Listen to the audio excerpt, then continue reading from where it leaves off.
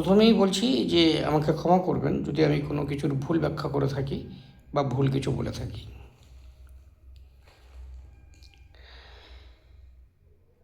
West বেঙ্গলে BJP সরকার আসার পরে বাংলাদেশের কিছু মোল্লা বাহিনী আছেন যারা লাগাতার ভারত বিরোধী কথা বলেই যাচ্ছেন, ননস্টপ বলে যাচ্ছেন। সেটা হাসিনা সরকার পতনের পর থেকে শুরু হয়েছে, কনস্ট্যান্টলি এখনও চলছেন। আমি একটা জিনিস বুঝতে পারছি না, এই যে মোল্লা বাহিনীগুলো রয়েছে এরা অ্যাকচুয়ালি কী চাইছে? ভারতের সঙ্গে বাংলাদেশের একটা যুদ্ধ হোক?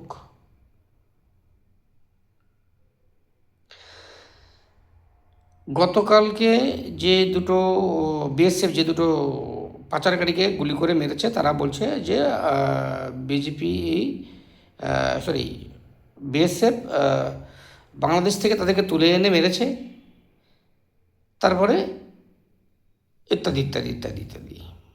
তাহলে বিজেপি কি গাড় মারছিল? বিএসএফ ঢুকে গেল একটা গ্রামের মধ্যে, বাংলাদেশের মধ্যে, সেখান থেকে দুটো ছেলেকে তুলে নিয়ে এলো, তুলে নিয়ে এসে মেরে দিল, এতই সহজ? ভাই, মিথ্যা কথা বলার একটা সীমা আছে। এই মোল্লা বাহিনী অ্যাকচুয়ালি কী চাইছে সেটাই এখন বোঝা ভীষণ মুশকিল। এরা যুদ্ধ চাইছে, তাহলে পরিষ্কার যুদ্ধ ঘোষণা করে দিক, যে আমরা ইন্ডিয়ার বিরুদ্ধে যুদ্ধ ঘোষণা করে দিলাম, নেমে পড়ুক। ওদের যে কলা গাছের মিসাইল আছে সেগুলো নিয়ে। ভাই, আমাদেরও ধৈর্যের একটা সীমা আছে ভাই। আর বাংলাদেশের কিছু আবাল আছে, মানে আবাল জনগণ, এই মোল্লাদের কথা শুনেই চিৎকার করে। ভাই, শান্তিতে আসো, ভালো লাগছে না? ভারত বাড়াতে যে তেল না পাঠালে তোমাদের এসে পেট্রোল পাম্পে লাইন হয়ে যাচ্ছে, লাইন দাঁড়িয়ে যাচ্ছে, রাতের পর রাত দাঁড়িয়ে দাঁড়িয়ে তাও তেল পাচ্ছ না। চাল না পাঠালে খাবার পাও না, গ্যাস না পাঠালে এবার রান্না হয় না, বিদ্যুৎ না পাঠালে অন্ধকার হয়ে থাকো। যে ভারতের উপর তোমরা 99.99% ডিপেন্ডেন্ট, সেই ভারতের পিছনে লেগেই যাচ্ছ। তোমাদের নিজস্ব বলে কিছু নেই, নিজস্বতা বলে কিছু নেই, মানে মাথায় কিছু নেই। আর কিছু আবালচোদা ইউটিউবার আছে যারা বাংলাদেশে থাকে না, তারা বাইরে থাকে, বাইরে থেকে এবার উস্কানিমূলক কথাবার্তা বলে বাংলাদেশের লোকজনকে, শান্তশিষ্ট লোকজনকে পাগলা পাগলা করে দিচ্ছে। ভাই, তোমাদের বলছি, তোমরা বাংলাদেশের মানুষ, শান্তিপ্রিয় মানুষ, জানি, নিজের বুদ্ধিটা লাগাও ভাই। এই মোল্লা বাহিনী, জামাত বাহিনী, এদের কথা শুনে লাফালাফি না করে নিজের বুদ্ধিটাকে কাজে লাগাও। এই যে আমি প্রথমেই বলেছি যে আমার যদি কোনো কিছু ভুল বলে থাকি, ভুল ব্যাখ্যা করে থাকি, আমাকে ক্ষমা করে দিও। এই যে যেমন ধরো মোল্লা বাহিনী বা যারা এই আছে, ধর্মের নামে যে সমস্ত কথা তোমাদের বলে, একবার কি চিন্তা করে দেখেছো তার বাস্তবতা কতটুকু আছে? কোনো ধর্মে তো বলে না ভাই মরণের পরে তুমি ড্যাশ ড্যাশ ড্যাশ ড্যাশ পাবা। আরে, জীবন দশায় যদি আমি কিছু ভোগ করে নাই যেতে পারি, মরণের পরে আমি কি পাবো না পাবো কে জেনে আছে? মোল্লা জেনে আছে? নিজের বুদ্ধিটাকে কাজে লাগাও।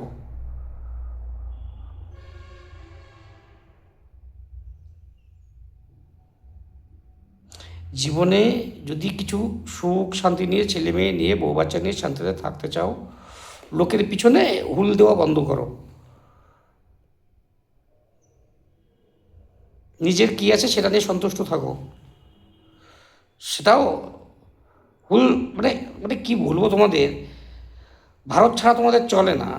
ভারত বয়কট রাখতে পেরেছো? ভারত বয়কট, আদানি গ্যাস ইয়ে তোমার এই কারেন্টের লাইন বন্ধ করে দিল, অন্ধকার হয়ে গেল। ভিক্ষা ভিক্ষা চাইছো, ভাই দাও, বিদ্যুৎ দাও, বিদ্যুৎ দাও, বিদ্যুৎ দাও। চীনের পা চেটে রয়েছে, চীন এখন তোমাদের করেছে নাকি বলো তো দিয়ে আমাকে?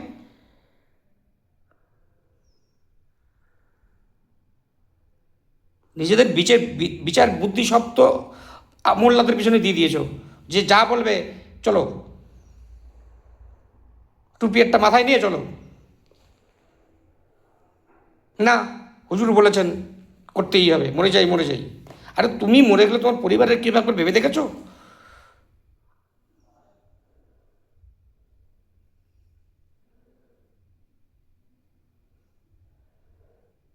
খুব কষ্ট লাগে ভাই, প্রতিবেশী দেশ তোমরা, খুব কষ্ট লাগে।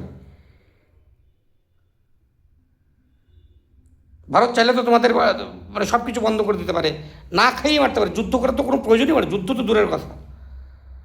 তাও তোমাদের করে যাচ্ছে করে যাচ্ছে। মানুষের ধৈর্যের একটা সীমা থাকে, সেই সীমাটা লঙ্ঘন করে ফেলো না। আর ভারত যদি চায় না, বললাম না, বাংলাদেশের মানচিত্র থাকবে না। কি আছে তোমাদের ভারতের সাথে লড়াই করবা, কি আছে বলো? তোমাদের পাশে অ্যাকচুয়ালি কে আছে? জোর গলায় বলতে পারবে?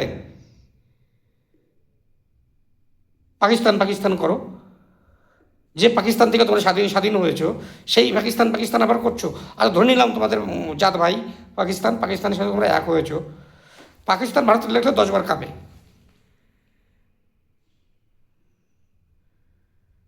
পাকিস্তানের অবস্থা কি, অর্থনৈতিক অবস্থা কি জানো?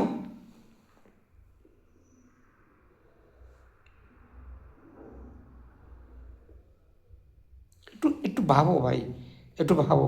যে সমস্ত ইউটিউবারগুলো রয়েছে তোমরা না, যে যে সমস্ত কথাবার্তাগুলো আলোচনা করো, একটু চিন্তা ভাবনা করে করো। হয়তো তোমরা পয়সা নিয়ে করো, কিছু পয়সার জন্য দেশের মানুষের এত বড় ক্ষতি করো না। আর মোল্লাদেরও বলছি, একটু ধীরে সুস্থে, একটু ধীরে সুস্থে। সাধারণ জনগণকে আর বিপদের মধ্যে ফেলো না। আজ পর্যন্ত দেখেছো কোনো যুদ্ধ হলে পরে কোনো মোল্লা বাহিনী আগে চলে যায়? ঝাঁপিয়ে পড়ো, আমরা আছি। আরে মরলে তোরা মর, যা জাহান নামে গিয়ে কি 12খানা সুন্দরী না 1400 সুন্দরী নিয়ে শুয়ে থাক। কারণ ওরা যেতে পারে না, ওদের কি ইচ্ছা করে না? সেটা করে না কেন, ওরা যায় না কেন? যুদ্ধক্ষেত্রে কোনো মোল্লা বাহিনী হুজুর বাহিনী যায় না কেন, যারা বড় বড় কথা বলে?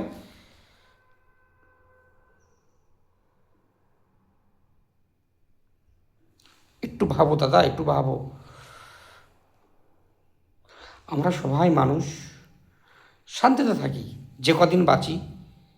আমাদের আয়ু কতটুকু আয়ু বলো? কদিন বা বাঁচবে? বিভেদ, মারামারি, কাটাকাটি, ওকে মেরে ফেলবো, অমুক দেশ থাকবে না, তমুক দেশ থাকবে না, কি দরকার? যে কদিন বেঁচে আছো শান্তিতে বাঁচো না, নিজের ইচ্ছা মতো বাঁচো, কাউকে ক্ষতি না করে বাঁচো।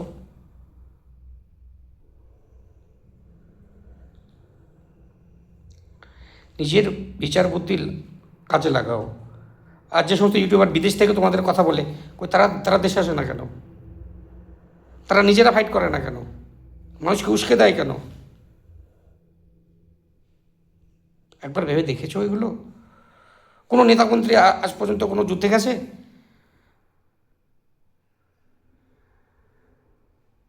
গিয়ে বলেছে যে ভাই যুদ্ধ চলছে, আমি সামনে থেকে নেতৃত্ব দেবো, গুলি আসলে আগে আমার বুকে লাগবে"? কেউ বলেছে? যাও, ভারতের সাথে যুদ্ধ করে এসো, বিজয়ী হয়ে এসো, জাহান নামে যাবে, সরি বেহেস্তে যাবে।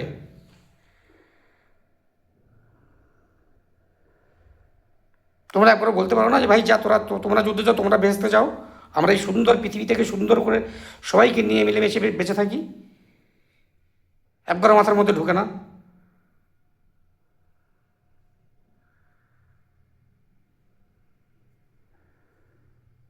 বাংলাদেশের চারদিকে এখন পুরো আহ, হিন্দুত্ববাদী রয়েছে,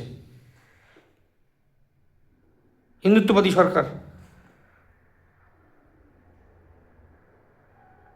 তোমরা ইসলামপন্থী সরকার, তোমাদের তোমাদের দেশে। আমি সমস্ত জাতি ধর্ম বর্ণ ভারত পাকিস্তান বাংলাদেশ শ্রীলঙ্কা নেপাল চীন, আমি সমস্ত মানুষকেই বলতে চাই, ধর্মের কথা কেন ভাই? আমরা কয়দিন আছি পৃথিবীতে বলো? এত মারামারি, এত কাটাকাটি কেন?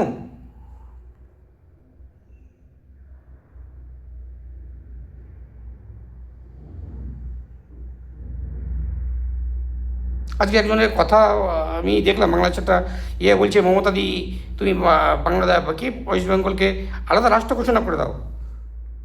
ও সাহস হয় কী করে?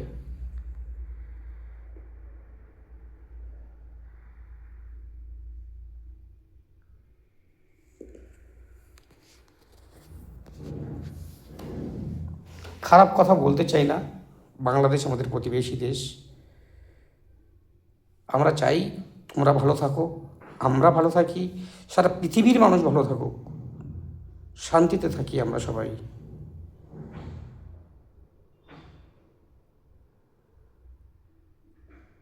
বাংলাদেশের সাধারণ জনগণের প্রতি আমার আবেদন, এই সমস্ত মোল্লা হুজুর যারা এই নেতা, যারা এই হালে যারা নেতা হয়েছে, তাদের এই উস্কানিমূলক কথাবার্তার শুনে নিজের জীবনে বিপদ ডেকে এনো না ভাই। যুক্তি তর্ক দিয়ে তোমাদের মাথার মধ্যে এমনভাবে ঢুকিয়ে দেয় ভারত তোমাদের বিরাট বড় ক্ষতি। আরে কি ক্ষতি করেছে সেটা বলো তোমাকে।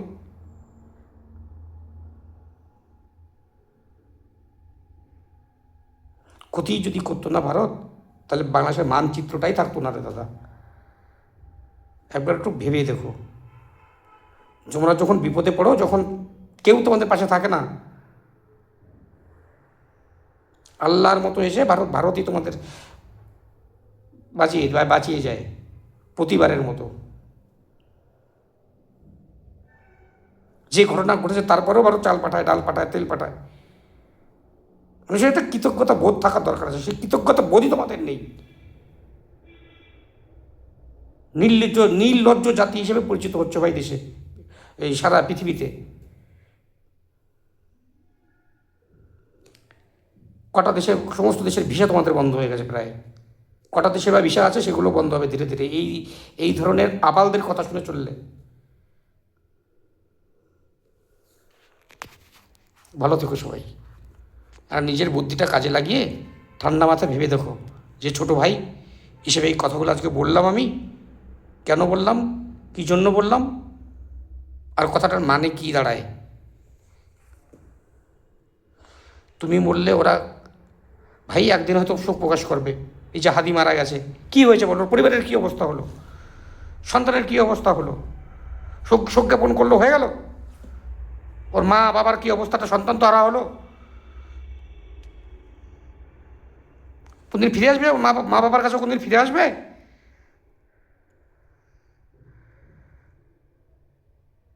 তুমি চলে গেলে তোমার যে মা আছে, বাবা আছে, তার কাছে তুমি কোনদিন ফিরে আসতে পারবে?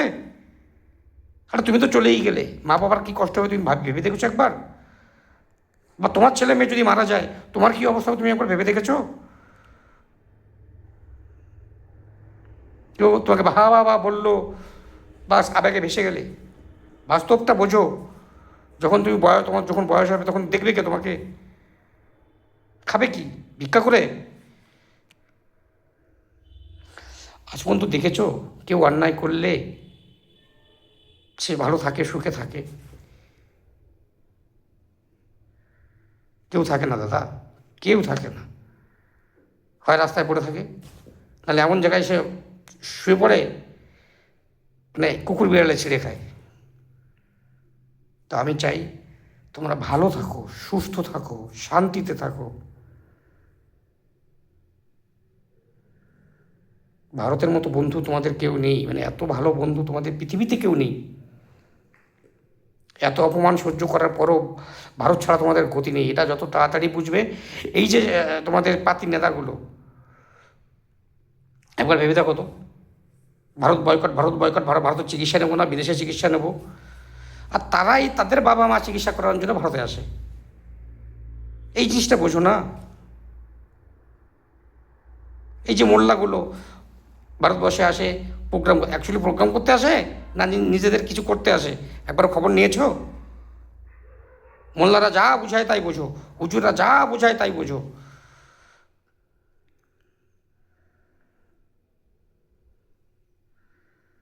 একবার একটু ভেবে দেখো দাদা। কথাগুলো শুনতে হয়তো একটু খারাপ লাগছে, কিন্তু আমি তোমাদের খারাপের জন্য কথাগুলো বলিনি।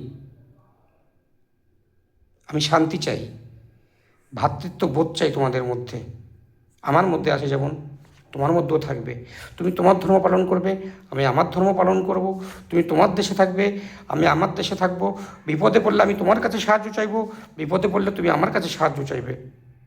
আমার যতটা ক্ষমতা থাকবে আমি তোমাকে দেব, তোমার যতটা ক্ষমতা থাকবে তুমি আমায় দেবে। সবাই শান্তি দাদা, এরপরে কোনো শান্তি নেই। আর পরিবারকে নিয়ে থাকার যে আনন্দ, একা থাকার কি বলবো দাদা, সন্তান হারা, পিতা হারা, এদের যে কি কষ্ট দাদা। যারা হারিয়েছে তাদের কাছে একবার একান্তে গিয়ে জিজ্ঞাসা করে দেখো, শুধু আবেগে ভেসো না দাদা। ভালো থেকো, একবার চিন্তা করে দেখো ভাইটা কি বললো। নমস্কার, খুদা হাফেজ।